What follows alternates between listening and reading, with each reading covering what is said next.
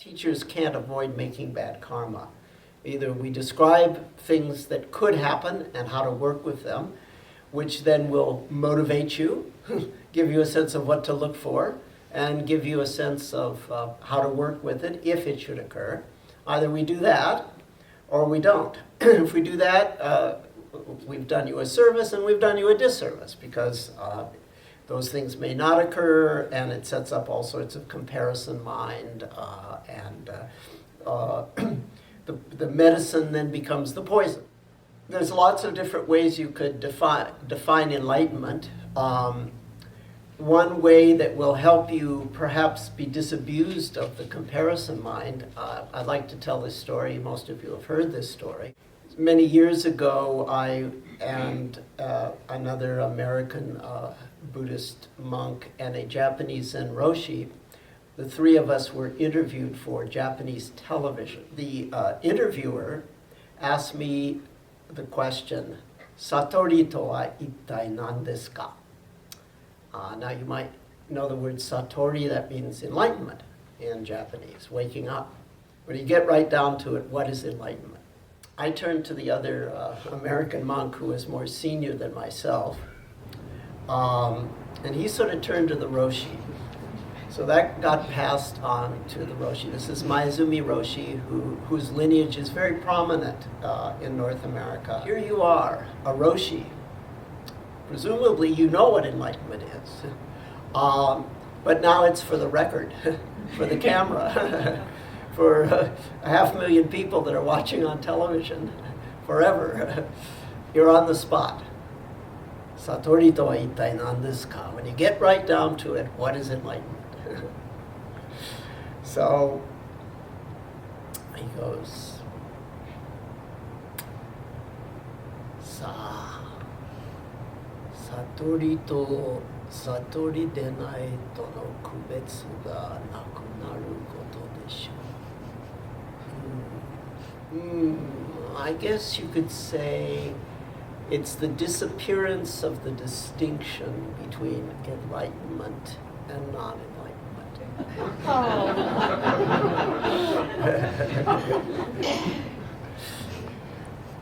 Meaning, as soon as you start thinking, when am I going to get enlightened?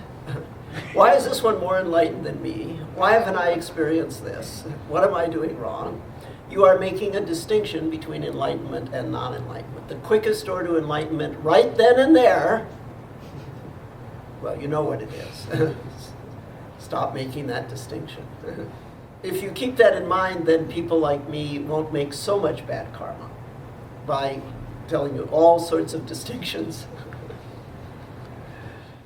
As you give nature half a chance to gradually nurture your concentration, clarity, and equanimity skills over the weeks, months, years, for the duration, there is a good probability that at some point that triple skill set, my definition of mindfulness, will reach a sufficient critical mass so that if you chose to work with the theme of expansion and contraction in your senses, if that was something you wanted to do, that would be available to you. If you read the classic text on vipassana or mindfulness meditation, the Visuddhimagga, it means the path of purification. It was written by Buddhaghosa, I don't know, maybe in the 5th century AD in Sri Lanka, written in the Pali language. There are some translations. It's not an easy read, that's for sure, even in translation. In any event, you will see he describes a point in one's development, not very, rather close to the experience of stream entry or initial insight, enlightenment, if you will. There's a time when your awareness becomes dominated by the pattern of rising and passing, rising and passing. That is to say, things well up and then things subside. At a somewhat later stage, your attention becomes dominated by the pattern of no sooner does it start to arise, but it's already passing. As soon as the time-space volume that a sensory event would occupy is arising, that time-space volume is simultaneously collapsing. In other words, simultaneous expansion and contraction, and then their neutralization into zero is already explicitly described in the Pali literature. I am quite sure Sasaki Roshi never read those passages. He just experienced it in his own practice. But instead of describing it as something over there that you're where things are dying as soon as they're passing, which is sort of like linear, okay, or two-dimensional. He sets it up in this three-dimensional paradigm where you're not observing the simultaneous welling, the simultaneous birth and death of space. You're not observing it. That would put you in some space over here, fixated. You're not observing it fixated. The observer is arising in the sphere itself. That just means feel, image, talk, and the world.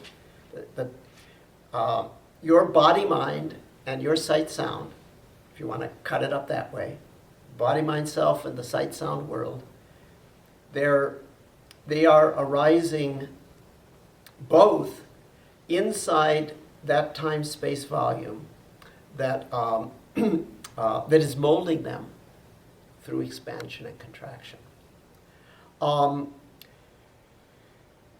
That means that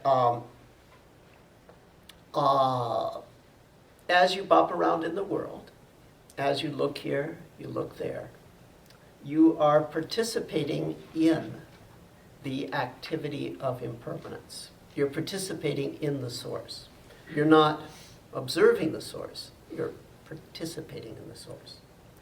And maybe that's one of the differences between Zen training and Vipassana. In Vipassana, you sort of observe impermanence, and then if you do that long enough, it starts to inform the way your body moves, and you ride on impermanence. In Zen, long before you ever actually see impermanence, you're forced to, by the lifestyle and the koans and whatever, you're forced to ride on impermanence, and then eventually you see impermanence.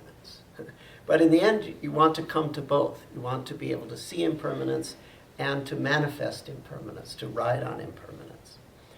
And when that happens, if you wish to use this paradigm, the source and the products of the source. The source is the activity of zero that polarizes and neutralizes. The products of the source are the moment-by-moment self and world as it arises in sensory experience. I don't know what the self and the world are in any other sense, but feel, image, talk, subjective system, and touch, sight, sound, objective. They are arising moment by moment in between expansion and contraction. Therefore, they are not fundamentally separate from the source. The products of the source and the source are not fundamentally separate. So, as you're going around having ordinary sensory experiences, there is this sense that you're not, there's not a two-ness between the source of creation and creation.